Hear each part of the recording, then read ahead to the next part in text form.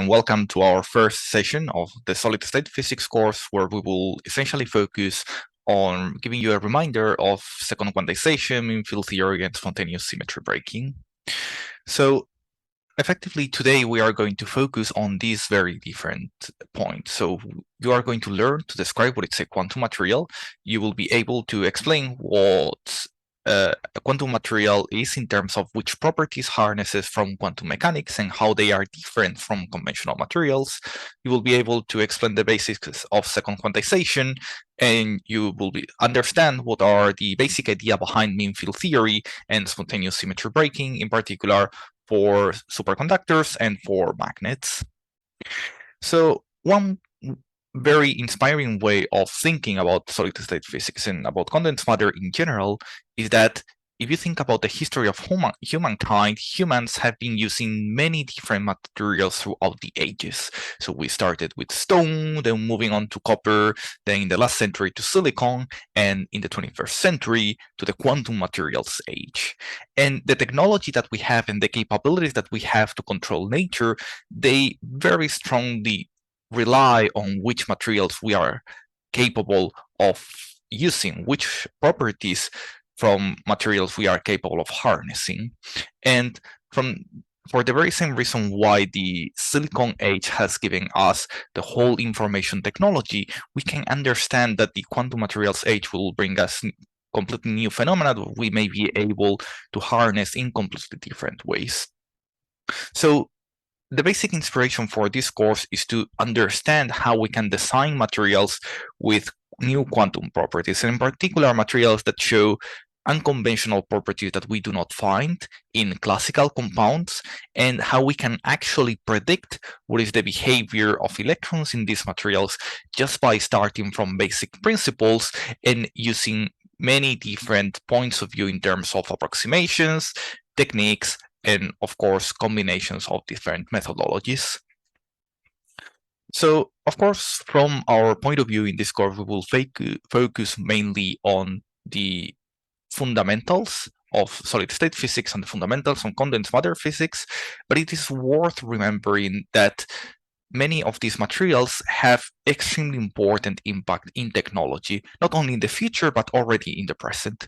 So if you think, for example, about superconductors, these materials are central for some of the devices that we have for medical imaging, and in particular for MRI machines. If you think about semiconductors that are governed by the laws of quantum mechanics in terms of energy gaps and transmission of electrons, semiconductors are instrumental for renewable energies, and in particular for solar energy materials. And if you think about even more unconventional materials, such as materials that show either macroscopic quantum entanglement or fractional excitations, then these materials are actually instrumental for quantum computing, and in particular for many different types of quantum computing, either superconducting qubits that are based on, of course, superconductors, or topological quantum computers that are based on much more unconventional excitations that are called fractional modes, and that, in principle, they allow for having quantum computations that are resilient to noise, and that can be scaled up. And in relation with the technological impact that quantum materials have, it is also worth remembering that this technology can actually help us tackle some of the major goals and challenges that we have in the world right now. And you may all know about the UN Sustainable Development Goals, and in particular, it's worth keeping in mind that some of these quantum materials directly target these roles, and that they have an instrumental role in solving these challenges. And in particular, if you think about the UN sustainability goals, the number 9 and number 8, which are based on industry, innovation, and infrastructure, and decent work and economic growth, you can very easily realize that the development of quantum materials, and in particular quantum technologies and quantum computing, creates a whole new industry for humans to tackle. And in particular, it offers many new opportunities in terms of development and in terms of solving many other issues that we have. And if you think about the development goals number 13 and number 7 that are based on climate action and affordable and clean energy, you can recall from before that solar energy materials are instrumental for tackling these challenges, and in particular, if we are capable of developing quantum materials with much more unconventional optical properties, we will be able to get more effective solar energy systems. And of course, if we develop materials that have much lower resistance, we may be able to develop low consumption electronics that will dramatically lower the consumption that we have in the world. And of course, there's a very important point to keep in mind, which is that development of quantum materials usually involves having collaborations and a global network of techniques and of communities. And in particular, this targets directly the development goal number 17, which is the partnership for the goal. So for the development of basic science and quantum technology, having a worldwide collaboration is fundamental. And of course, this collaboration can also help us tackle many other challenges that we have. And you can directly identify that 4 of those goals are directly related with some of the most fundamental applications of quantum materials, in particular for solar energy devices and for quantum computing. So this is a very good inspiration for us to understand what is the technological impact of quantum materials, and for you to get a better glimpse of what we achieved so far and what are the possibilities that we will see in the future. I think that it would be very nice if you watch this short video that has been made by the American Physics Society that essentially introduces what has been the impact of condensed matter physics in technology in the last century, and what are the open challenges and the big changes that can come from the development of new materials.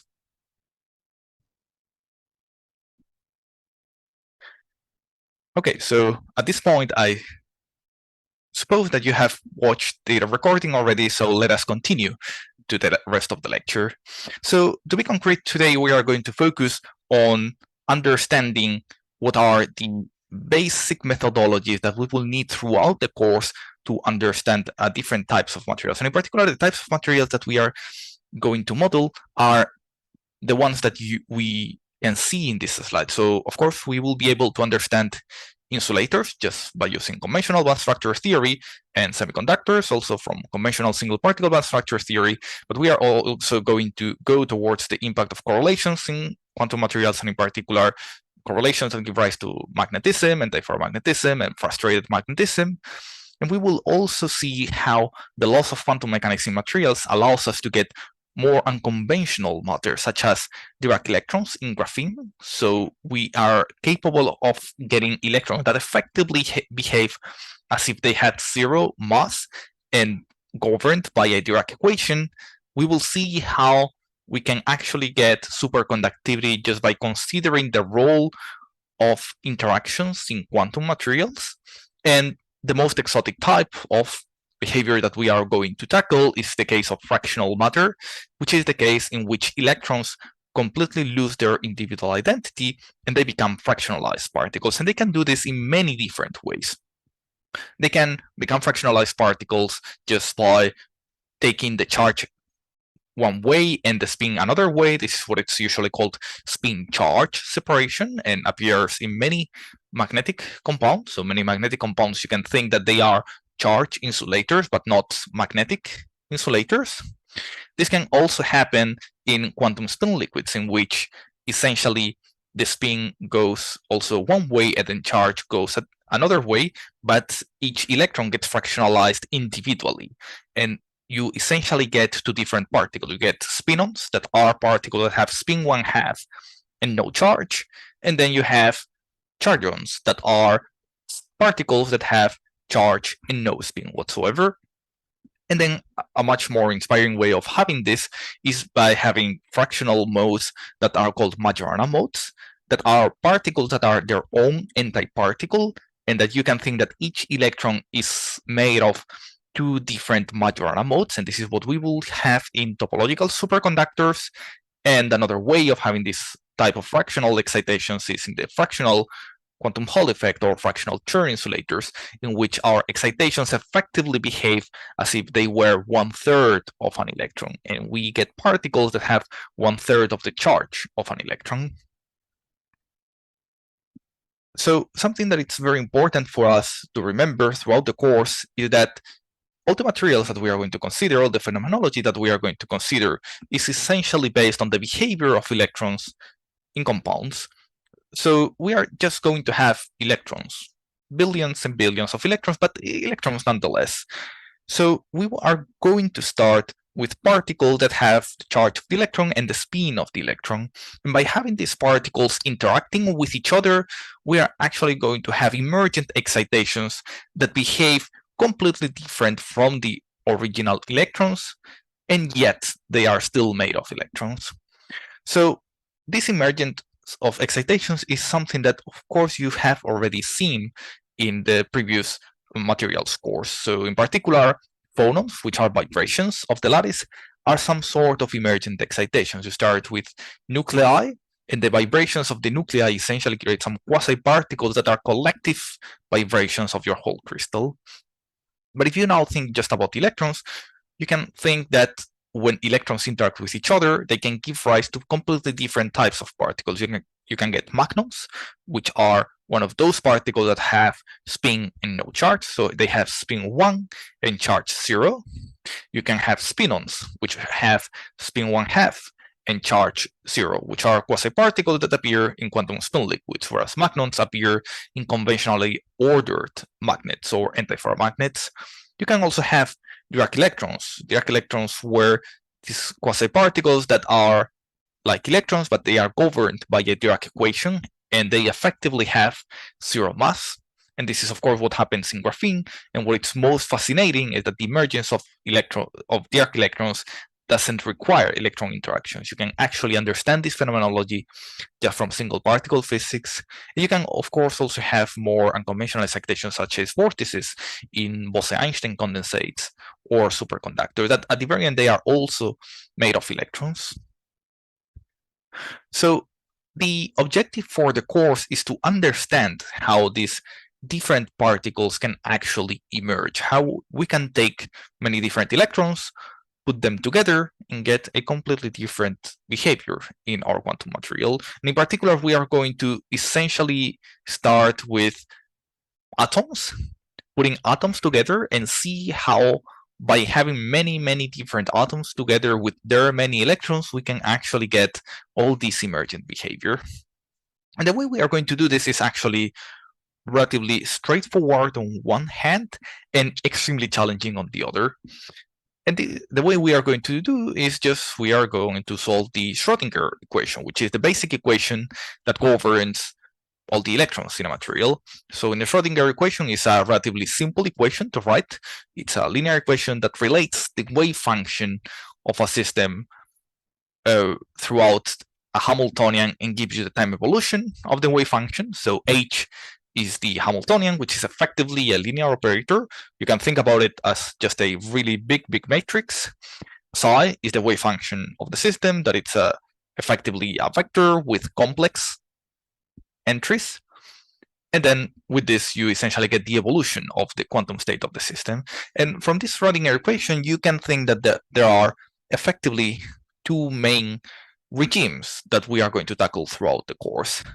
There's the regime in which the different electrons of the system can be considered independent. They can be considered as if they had independent dynamics, and we can just solve the problem by solving individually the equation for each electron. This is single particle phenomena. This is the phenomena that tackles effectively band structure theory, and that actually already give rise to a whole variety of exotic phenomena such as Dirac physics. And then there's the more challenging situation, which is the case in which we have many-pot interactions, the case in which electrons are correlated with each other, the case in which the motion of one electron actually depends on the positions of all the other electrons on the states of all the other electrons. And this is the most remarkable case for us, and it's the case that gives rise to often the most unconventional phenomena. In particular, the case of fractional excitations relies on these many-body interactions. So the basic idea is that we need a formalism that is capable of tackling these two regimes at the same time. So we need to be able to understand single particle phenomena, and we need to be able to understand many body phenomena, and ideally we would like to have the same formalism so that we can apply that same technique in both cases. And for this, we actually want to have a second quantization formalism for quantum mechanics. And the idea of second quantization is actually relatively simple. So if you recall about your quantum mechanics course, the basic quantum mechanics course, in that case, you were using what was called first quantization formalism. First quantization essentially tells you that the object that you focus on is the wave function of the system. It's this vector in which you essentially know the time evolution by applying its Schrodinger equation, but you focus effectively on the vector. And if you think about most of the problems that you had in quantum mechanics, you effectively focus on finding what are the eigenstates of your Hamiltonian, finding what are the vectors that are eigenstates of this Hilbert space. So the basic idea is that when you are working with first quantization, you effectively work with wave functions with a fixed number of particles. This is absolutely fine, and in particular, to understand single particle phenomena, working with first quantization formalism is extremely successful. But once you introduce many body interactions, many times it is actually convenient to be able to model wave functions that have a fluctuating number of electrons, wave functions that have 2 electrons and no electrons at the same time. This is a valid wave function of the Hilbert space, but it's not one of the wave functions that is easy to write down using the first quantization formalism. And even though this sort of wave function may seem a little bit artificial, let me mention that it's extremely important for many phenomena in solid-state physics, and in particular to understand superconductivity, to understand magnetic exchange in complex compounds, and many other correlated systems. And the basic idea is that we need a formalism that is capable of accounting for this combination of no particles and several particles at the same time. So let us start with first quantization. In particular, let us start with the single particle eigenstates that you are very familiar with.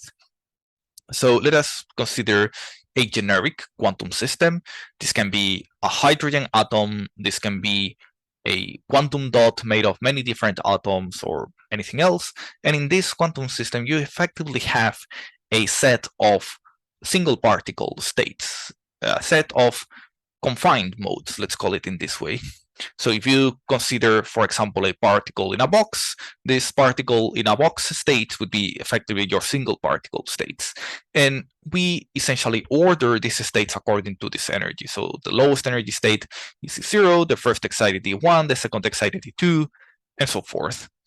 These states are single particle states. We can put 1 electron in each one of these states. So let us focus for simplicity in the lowest 2 states. If we think about these lowest 2 states and you think about your first quantized eigenvectors, you essentially say that when the particle is in state number 0, so it has energy 0, you are in the eigenstate ket 0. And then when you have a particle that it's in the first excited state, you have essentially the ket 1. And effectively, these are states with a single particle, with a particle in the lowest line state, in the ground state, or with a particle in the first excited state. So now the basic idea is that we would like to be able to describe a state that actually has no electrons in any of the 2 levels and 1 electron in each level. And we actually want to state that it's a linear combination of these 2 situations. And the basic idea is that second quantization allows you to do this in a very natural way. And as I mentioned before, this idea of having 0 electrons and 2 electrons is actually instrumental for several phenomenologies in quantum materials, and in particular magnetic exchange in complex oxides. And this is what it's usually called the Goodenough-Kanamori rules. In these materials, essentially the fluctuating electrons between the different sites actually dictate what is the coupling between the local magnetic moments in the different atoms.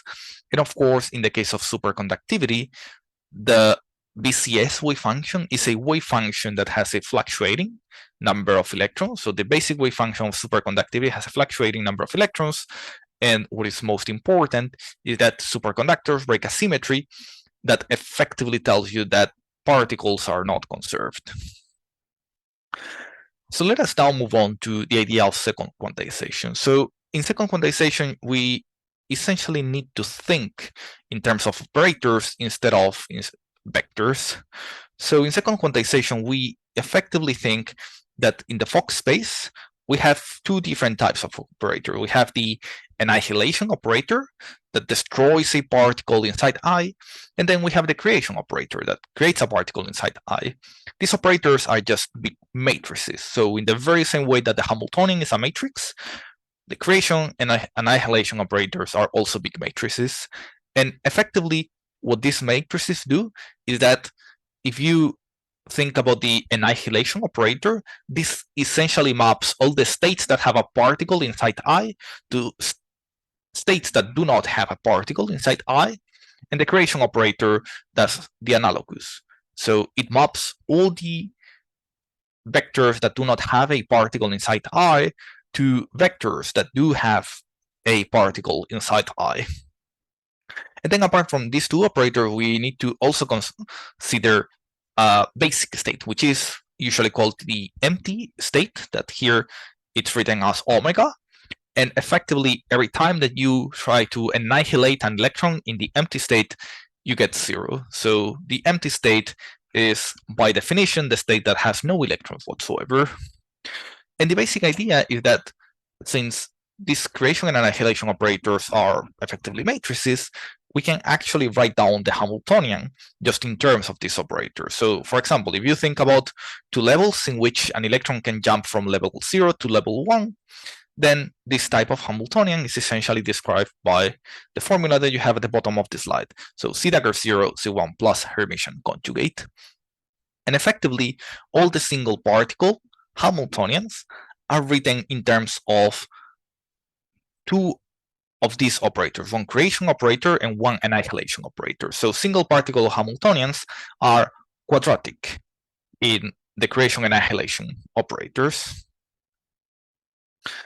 All right, so now with these creation and annihilation operators, let us come back to the actual states of the Hilbert space that we wanted to describe, and in particular for our two-level system.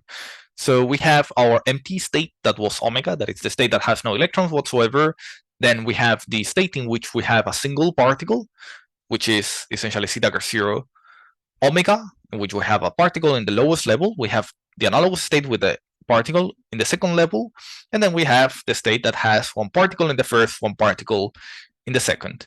And the basic idea is that you can write down all these states just as creation operator over the ground state, and if needed, two creation operators. So for example, if you have just two particles, you create particle inside 0, creating particle inside 1, and then you have the state that has effectively two particles.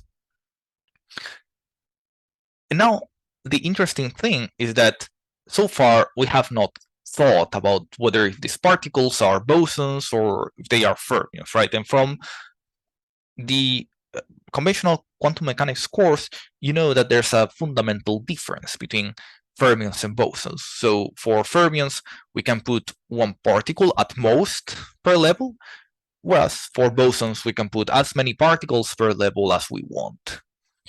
And the basic idea is that this distinction between bosons and fermions can be made just by enforcing some algebraic relations in the creation and annihilation operators. And in particular, if you enforce the algebraic relation that it's written here, so that the anti-commutator of C dagger ICJ is essentially the Kronecker delta of IJ, you effectively recover all the phenomenology that you expect for fermions. In particular, you recover that your wave function is anti-symmetric, meaning that if you switch the order in which you create electrons, you effectively get a minus sign. And then you also recover the fact that if you try to put two electrons on the same side, you encounter that you actually can't, which is essentially the last line that you see at the bottom of the slide.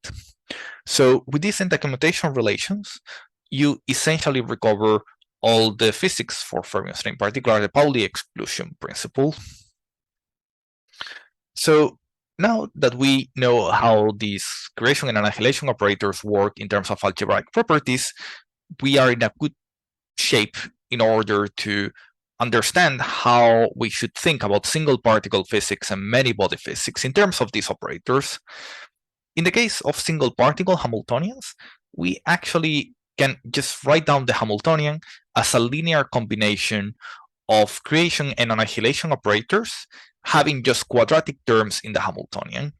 So effectively you have a Hamiltonian that it's a linear combination of C dagger, C, and then some complex numbers that in this equation is Tij.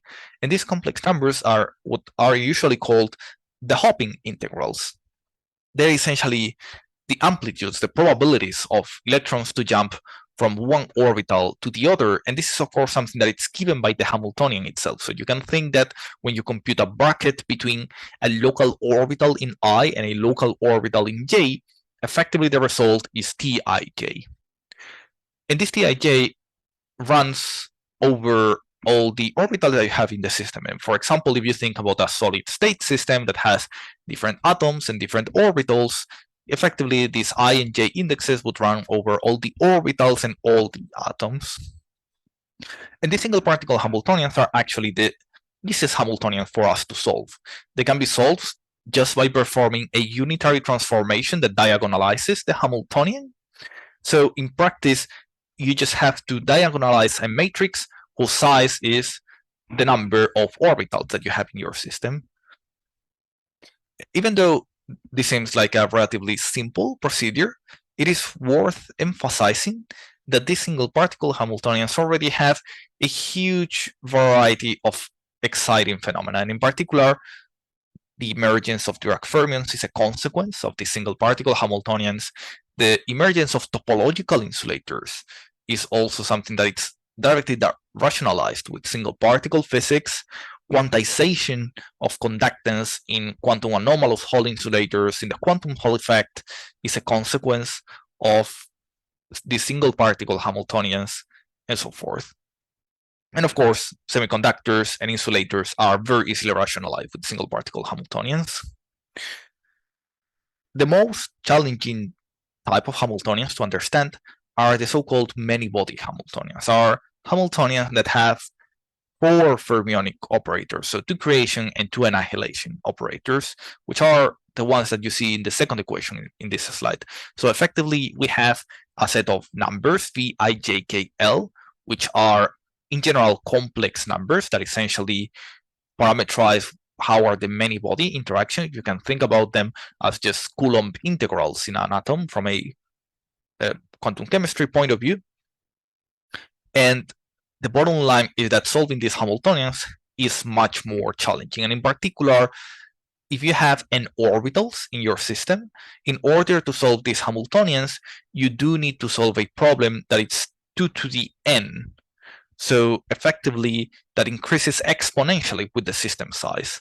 And just for you to have an idea, once you have more than, let's say, 40 orbitals, then it is nearly impossible to solve these types of Hamiltonians exactly just with 40 orbitals, just with 40 electrons, which is actually not so many electrons.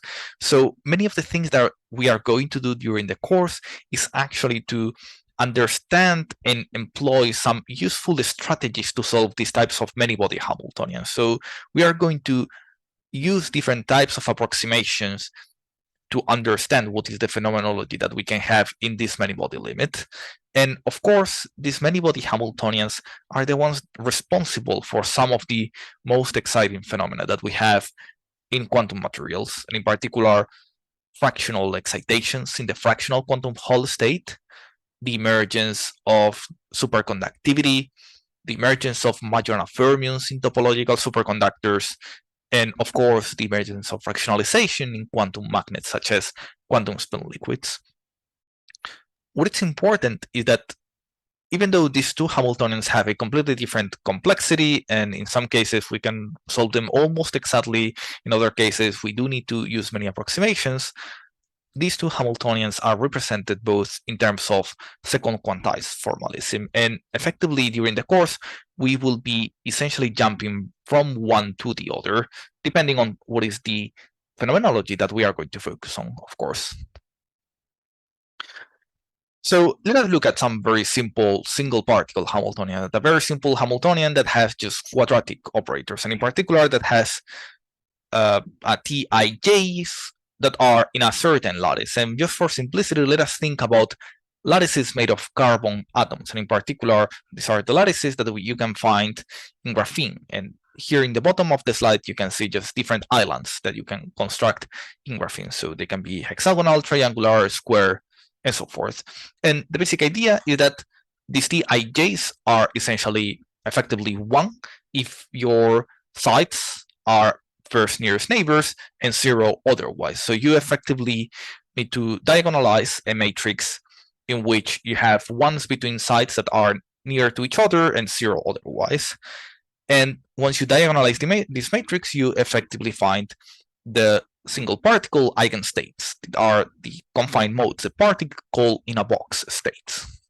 So for example, if you do it for a triangular island, you can see that you have many different modes, right? And in particular that they look very much like particle in a box states. And effectively they have different energies, and you see that they all respect the symmetry of the lattice, which is something that we'll look more in detail in the second session. If you do it for the hexagonal lattice, you see a very same phenomenology, of course, now with a slightly different symmetry.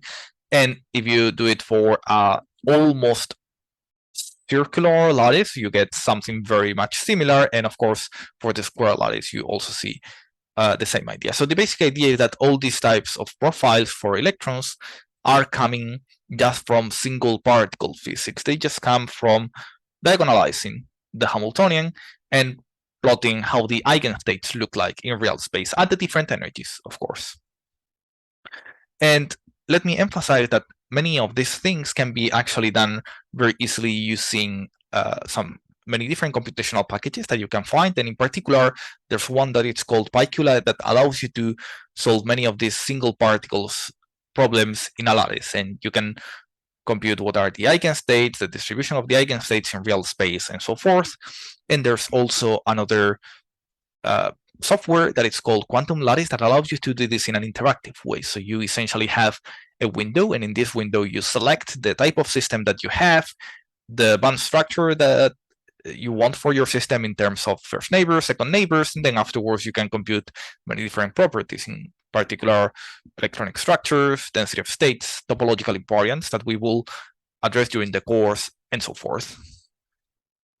And this is a very simple example of how this user interface works. So you essentially have, let's say, a window in which you select the type of system that you have, the terms in the Hamiltonian that you have, and then once you are happy with your system, you essentially push the different buttons and you get the different observables, including density of states, band structures, magnetization in real space. You can include interactions at the mean field level, and so forth. So many of the things that we are going to address during the course can actually be done live with this type of software.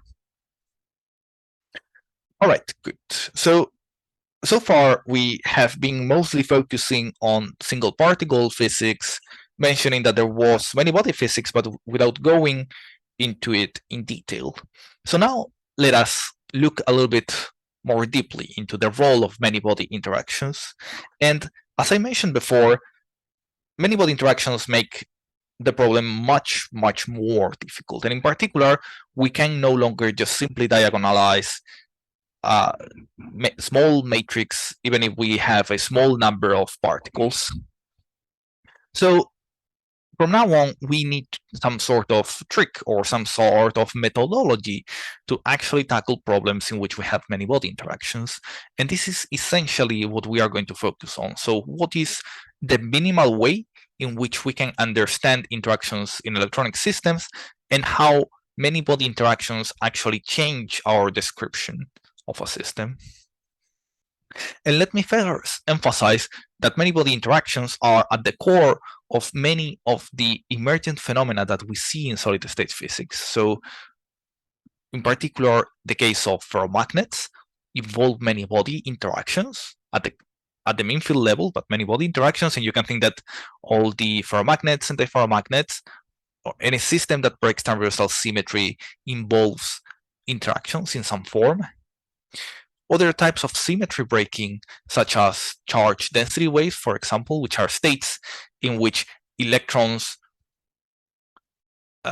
cluster in some parts of the system for forming some periodic profile, as happens in many metals, and in particular in dichalcogenides. They are also a consequence of many-body interactions. And of course, in the case of superconductors, many-body interactions are central. And in particular, many-body interactions give rise to the emergence of a pairing, and in particular to the breaking of a more subtle symmetry, which is gauge symmetry. So now, if you think about these three examples, you can realize that every time that you have many-body interactions, you have a symmetry that is sort of lost when it's included.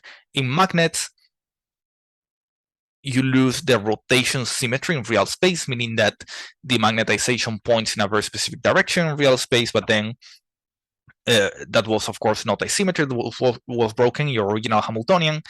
In the charge density wave state, you lose the original symmetry of the lattice, and in the case of superconductors, you lose the original gauge symmetry of your Hamiltonian, which, as I mentioned before, is a more subtle one that we are going to address later on. So in order to understand the role of many-body interaction, let us look at the simplest interacting Hamiltonian, which is the case of a model that has hoppings and only local interaction. This local interaction is what it's usually called the Hubbard interaction, which is a local density interaction. It's an interaction that only involves electrons that are on the same side. And let me emphasize that this model, even though it is almost the simplest interacting one that you can write down, it is actually extremely challenging. And if you think about this type of model, for example, in the square lattice, so just first nearest neighbor hopping in the square lattice with local interactions, this model is instrumental for understanding high TC superconductors, so materials that have superconductivity at very high temperatures. It has been addressed for many decades, and yet we do not have a satisfactory solution. We have approximate solutions, but we don't actually even know what is exactly its phase diagram. And of course, if you think about more complex models, then the phenomenology that you can have is even more sophisticated. So since that model, and since those models are so challenging to solve, how are we actually going to understand something from a problem that it's so hard? So the basic idea is that we are going to use something that it's mean field theory, which is a simple approximation to the solution of the problem. And let me emphasize that there's a lot of phenomenology that it's not captured by mean field theory, but there's quite some that is captured by it. And the basic idea that mean field theory allows you to understand many of the fundamentals of the emergent physics that you can have in these interacting Hamiltonians. And in particular, if you apply mean field theory to this type of Hamiltonian above, if you take that your interactions are attractive, you get superconductivity. And if you take that your interactions are repulsive, you get magnetism. So just from a very simple Hamiltonian, by switching the sign of a many-body interaction term, you can go from one to another state of matter that they are completely different. One that breaks gauge symmetry and another one that breaks time reversal symmetry. So let us see how this can be done. So the basic idea of mean field theory is actually relatively simple, and it boils down to think what was the actual challenge of this many-body interaction term. So the problem of many-body interactions is that we have terms in the Hamiltonian that are biquadratic, that have 4 fermionic operators. So a very simple way of solving this problem is by transforming 4 fermionic operators into terms that have just 2 fermionic operators, right? And a very simple and maybe slightly naive way of doing this is by transforming 2 of the fermionic operators just into their expectation value. So just transforming two fermionic operator just into a complex number. And of course, there are many ways of doing this, right? So you can take the first with the second, the first with the third, the first with the fourth, and all the combinations that you can think about, right? And the basic idea is that depending on what is the phenomenology that you are looking for, you should take one combination or the other.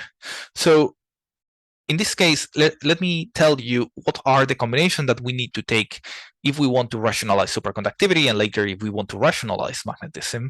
So in the case of superconductivity, you can transform this term that has 4 fermionic operators into a term that has 2 fermionic operators by just taking expectation value of the 2 creation operators. And of course, you add the Hermitian conjugate.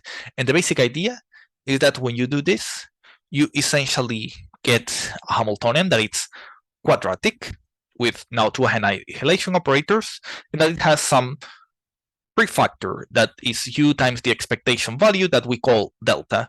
And this delta is what it's called the superconducting order. This is the order parameter of a superconducting state. And the basic idea is that if you actually do a self-consistent calculation, meaning that when you get the mean field Hamiltonian, you need to get a ground state whose expectation value through these creation operators also gives you the delta in a self-consistent way. You will see that you can get to a non-trivial solution of delta if u is smaller than 0. If u is bigger than 0, the only delta that is self-consistent is delta equal to 0. Now, if you think about the other case, so the case in which u is bigger than 0, then there's a term in the Hamiltonian that can become non-zero, a term in the mean field Hamiltonian that can get non-vanishing value, which is a term that involves magnetic order. So now the basic idea is that if you make the expectation value of C dagger up, C up, and C dagger down, C down, you can actually get that those 2 expectation values can be slightly different, as you see in the equation that it's on the bottom right of the slide. And if those expectation values are different, this actually means that you have more up electrons than down electrons, or vice versa. And effectively, this means that you're breaking time reversal symmetry, that your system has more up electrons than down electrons, or the other way around. And once you do this replacement, once you make this assumption, you essentially see that the term that is generated in this Hamiltonian is a term that it's like a Zeeman term. It's like a spin-dependent chemical potential. So this M sigma C SS prime. And this is essentially the term that it's called exchange splitting in a ferromagnet. And in particular, many types of magnetic systems, such as ferromagnets, antiferromagnets, and spin spirals, can be captured by this type of mean field ansatz. All right, good. So now let us go back to the case of superconductivity, the case in which we actually had a non-zero expectation value of C dagger up, C dagger down. To understand what was the symmetry that was broken in that case, it is useful to recall something that you know from conventional quantum mechanics, which is the notion of gauge symmetry. Gauge symmetry essentially tells you that the phase of a wave function does not have a physical meaning, or that the phase is something that you can transform, right? So if you have a wave function that it's an eigenstate of your system, if you multiply that wave function by a complex number, you still get an eigenstate, right? So the phase of the wave function is just some mathematical redundancy somehow. If you now transform this statement into the language of second quantization, you essentially see that the annihilation and creation operators get transformed by a phase. So the creation operator gets e to the minus I phi, and the annihilation operator gets an e to the I phi. And effectively, once you realize that this is how the gauge transformation works for creation and annihilation operators, you can actually realize that the pairing term, this term that was proportional to C dagger up, C dagger down, it is actually not invariant. And this is very easy to see, right? Just by plugging that definition of the gauge transformation into the expectation value that you have below, you essentially see that the actual pairing gets transformed with this gauge transformation. What this actually means is that a transformation that you thought had no physical meaning, change of a phase of a wave function, actually changes the expectation value in a superconductor, actually changes some sort of value that it is in principle a physical observable, which is the superconducting order. And even though this may seem a little bit contradictory, let me emphasize that this breaking of gauge symmetry, it is actually the fundamental phenomena that is driving many of the unconventional properties of superconductors, and in particular, the emergence of supercurrents in superconductors as a consequence of this gauge symmetry. The Josephson effect, both AC and DC, is also a consequence of this breaking of gauge symmetry and so forth. So this is a physical observable in a way. The differences between phases are physical observable, and in the section about superconductivity, we will go a little bit more in detail towards this. Okay, so this is effectively everything that I wanted to tell you today. So if I can ask you to remember something from this session, please remember that quantum materials allows us to realize a wide variety of phenomena, that with second quantization, we can rationalize both single particle and many body physics, and that if we apply mean field theory to many body Hamiltonians, we actually see that symmetry breaking allows us to understand the emergence of different states, and in particular, breaking transversal symmetry gives rise to magnets, and in superconductors, we get a breaking of gauge symmetry. And in the next session, we will start going towards many different electrons in a system. In particular, we will start thinking about how we should tackle this problem, which we have billions and billions of electrons in a material, and in particular using a very simple methodology, which is the use of symmetries in the problem. And we will see how we can simplify problems by using symmetries in a systematic way. So this is everything on my side. Thank you so much for your attention, and see you in the next session.